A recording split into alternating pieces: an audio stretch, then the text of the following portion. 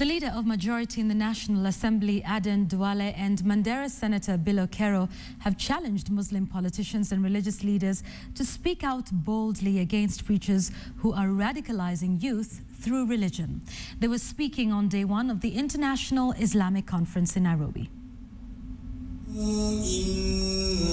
Muslim faithful converged at the KICC Comesa grounds for the first annual Islamic conference.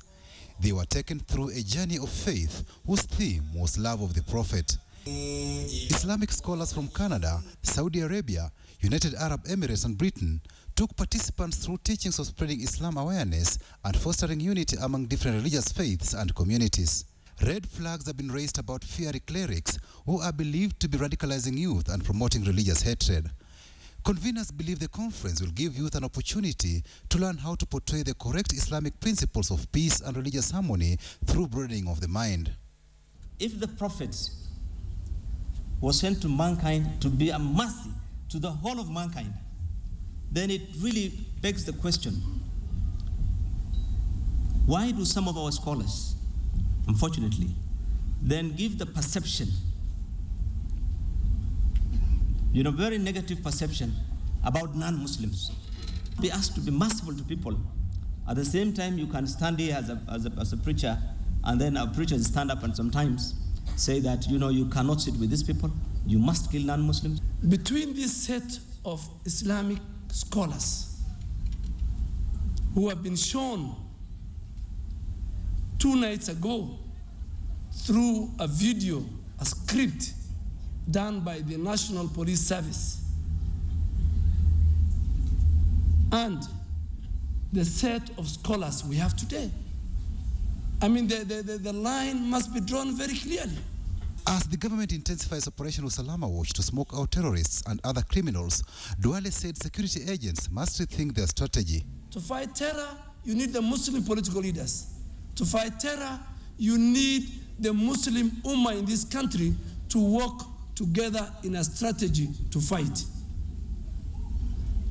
You don't need to swap, to stigmatize. Duale called on leaders to be change agents and ensure social order prevails. Muslim religious leaders, Muslim political leaders, Muslim professionals, we must come out clearly and stand in a broad daylight and tell the country what Islam stands for. That Islam stands for peace. That Islam stands for coexistence. That Islam stands for tolerance. That if you kill one life, you have destroyed mankind. And if you save one, you have saved mankind. Muslim scholars present shared lessons on how to foster peace through humility as well as guarding against fake preachers. A fake scholar who pretends himself to be the sheikh, because of his dress code, people started respecting him. Muslim is not going to be somebody who just has always a knee-jerk reaction. When the media decides that let's just rile out the Muslims for a couple of weeks, let's put something in the news and you see Muslims behaving in a way which they lose themselves. In this country, the only option that we have is to live with the rest of humanity in peace. This is the first annual Islamic conference to be held in the country. It comes against a backdrop of rising concerns about radicalization of youth. The Muslim political leadership and clergy have been eyed to come out and preach peace throughout the country. Patrick Amimo, KTN, Nairobi.